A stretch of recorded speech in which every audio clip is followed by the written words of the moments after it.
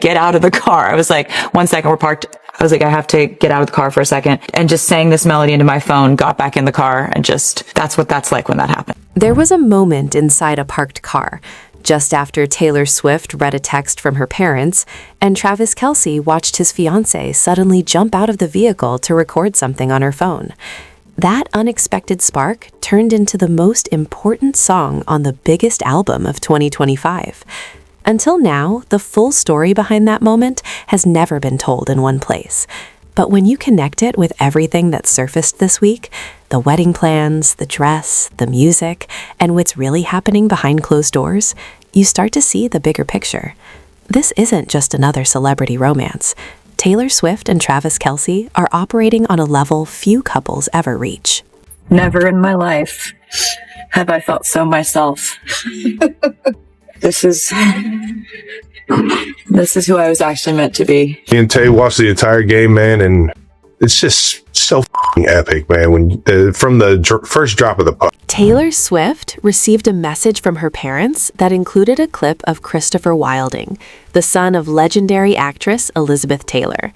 In the clip, he said that if there were one modern-day figure who reminded him of his iconic mother, the same powerful persona and whirlwind of fame surrounding her, it would be Taylor Swift. The moment Taylor saw the video, she was completely flattered. She immediately turned to Travis Kelce, who was sitting with her in the car, and started talking excitedly about it. The conversation quickly turned into a creative spark, one of those unexpected moments that can turn into something much bigger. Just been sent, my parents sent me this clip of Elizabeth Taylor's son saying something very flattering that basically if there was one person he would say he might compare to his mother in modern day in terms of just, I guess, the persona and the whole, chaos going on around us. He said he would say me. I was so flattered by that when I read it. I just immediately started talking to Travis about. She couldn't stop talking about Elizabeth Taylor. Taylor Swift went on, sharing everything she admired about the legendary star. Her glamour, her sharp sense of humor, her wit, and the way she always kept life exciting and unpredictable.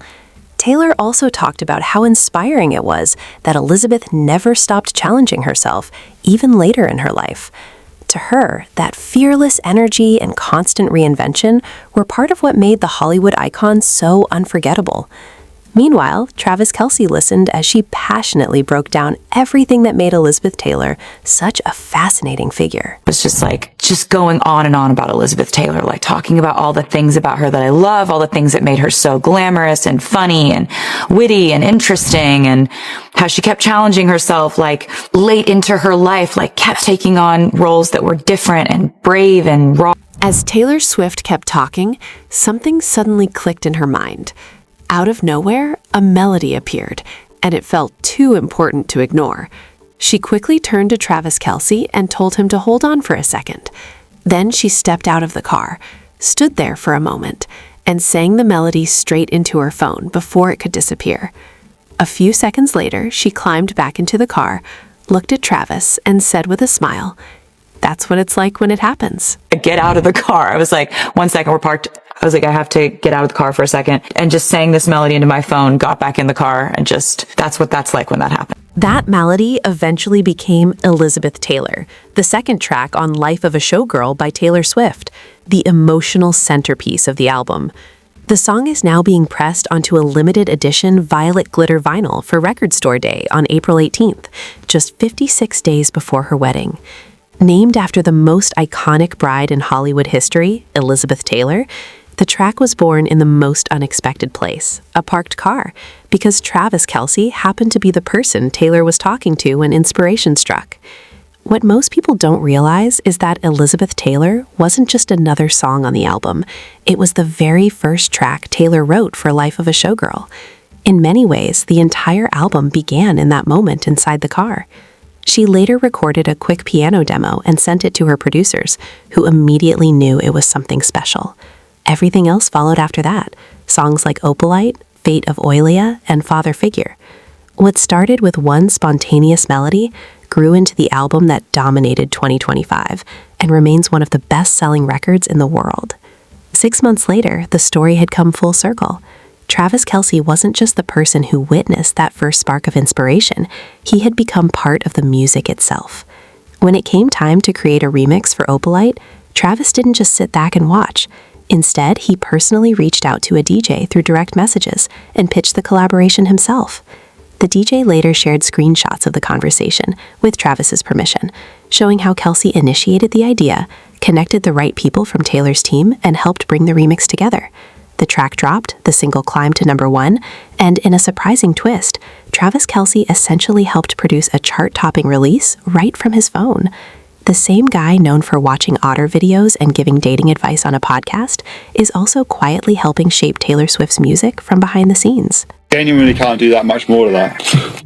Yeah, bang. I'm a Swiftie. His influence goes even deeper when you look at the entire album, Life of a Showgirl. Out of the tracks on the record, 6 songs are directly inspired by Travis Kelce, showing just how deeply he shaped the project. One of them, Fate of Oilia, tells the story of someone being pulled back from the edge of tragedy, something many fans believe reflects how Travis supported Taylor Swift during difficult moments. Another standout track, Opalite, draws inspiration from Travis's birthstone, turning that personal detail into a powerful musical theme. Across the album, his presence isn't just hinted at, it's woven directly into the heart of the music. I had written down the word opalite because I learned that it's actually a man-made opal. Like opal can be man-made just like diamonds. And so Travis's birthstone is an opal. So it's like that I've always fixated on that. I've always loved that stone. And I thought it was a kind of a cool metaphor that like it's a man-made opal and happiness can also be man-made. Another key track is Elizabeth Taylor, the song that came directly from that unforgettable car ride conversation between Taylor Swift and Travis Kelce. Then there's Honey, which many listeners describe as a heartfelt love letter, capturing the warmth and affection between the couple. Wishlist is often seen as the album's emotional closing piece, tying together the themes of love, ambition, and destiny that run through Life of a Showgirl. And finally, there's Wood, a track that instantly set the internet buzzing when it was released. The song features some of Taylor's boldest lyrics ever, with playful and very direct references to Travis that had fans everywhere talking on release day. Together, these songs highlight just how deeply Travis influenced the stories and emotions woven throughout the album. Taylor Swift went from writing songs about what a dick this guy was to her and what a dick this guy was to her to what a dick this guy has. On his podcast, Travis Kelce didn't hold back when talking about Taylor Swift's album Life of a Showgirl. He called it banger after banger, saying he feels like the lucky guy who gets to be her support system while she releases one of the coolest albums the world has ever heard. But now the conversation has shifted to something just as big, the wedding. And a new detail has surfaced that could connect Taylor to one of the most famous brides of the 21st century. An anonymous tip sent to a well-known celebrity gossip platform, submitted under the name Taylor and referencing one of her album titles, claimed that the bride-to-be will wear a gown designed by the same creator who once designed the wedding dress for a world-famous princess. The designer behind that royal gown produced one of the most iconic wedding looks in modern history, and now leads a legendary fashion house. If the rumor turns out to be true, Taylor Swift's wedding dress could share a direct creative connection with one of the most watched weddings of the century. Fashion experts are already jumping into the debate. Some predict a classic Americana style from the fashion house that previously dressed both Taylor and Travis in their engagement photos. Others believe there will be multiple looks, one elegant gown for the ceremony and a completely different outfit for the reception. One legendary bridal designer even predicted lace will play a major role. At this point, the speculation alone has turned the dress reveal into its own cultural event. Any ideas of what you think she'll choose for a wedding dress? Or what do you think she should go with? There'll be just one. Ooh. But that would be my guess. Yeah? I would think so. While the mystery around the wedding dress keeps growing, the people closest to the families are starting to reveal more than they probably realize. Without saying everything directly, their comments are slowly filling in the picture. This week, Taylor Swift's best friend, Selena Gomez, appeared on a podcast and confirmed something fans had debated for years. For the first time, she revealed that one of the songs on Taylor's album was actually written about her. It's a fan theory that had been circulating for nearly 5 years, but until now, it had never been officially confirmed. I feel, well, Dorothea's about me, one of her songs. Oh. And I feel like a lot of moments, huge moments that were self-defining. She also shared another surprising detail. Selena Gomez revealed that Taylor Swift once wrote an unreleased song about their friendship more than a decade ago. According to her, the song captures the early days of their bond, when they were still teenagers, encouraging each other to chase dreams that seemed almost impossible at the time. It's a story about two young artists believing in each other, long before the world ever imagined the level of success they would reach. A song that Taylor wrote about us, and it was called Family. And it was over easily a decade ago. Insinuating in the lyrics, without quoting it, is basically saying you have these amazing dreams, you want to be in movies. Like, in every crowd I still see you. Now when I listen to that song, both of those things makes me want to cry. Have happened. Then she dropped the line that had the entire internet in tears. Selena Gomez said the coolest part of their 17-year friendship is this: after all the heartbreaks, all the ups and downs, and every love story along the way, they both ended up with good dudes. And that's exactly how the bridesmaid refers to Travis Kelce. Simply, a good dude. Taylor that well, but I just feel like you both ended up with good dudes. Yeah, from 17 years of friendship, from multiple heartbreaks, and love stories, and fun stories in life, we both ended up fortunately being engaged around the same time. And that was the coolest part. Meanwhile, the mothers are operating on their own timeline.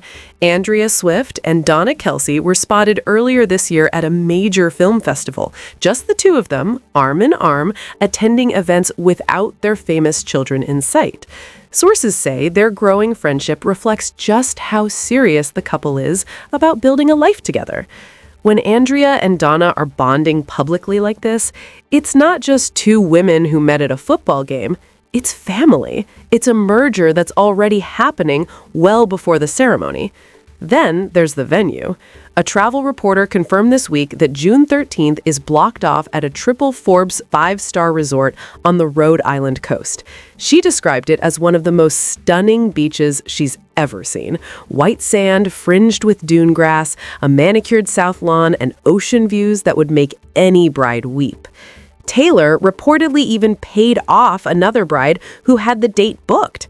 And in one of the most delightful subplots, a legendary rapper who calls himself Taylor's #1 fan has been publicly campaigning to officiate the ceremony ever since attending her tour.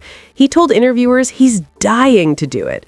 Whether Taylor takes him up on the offer or not, the fact that he's openly lobbying for the role on camera shows just how magnetic this wedding has become. And it all traces back to that car ride. A text from Taylor's parents, a conversation with Travis about glamour, legacy, and a legendary woman who refused to be defined by anyone else, a melody that couldn't wait, a song born in that moment which grew into an album that became a cultural phenomenon.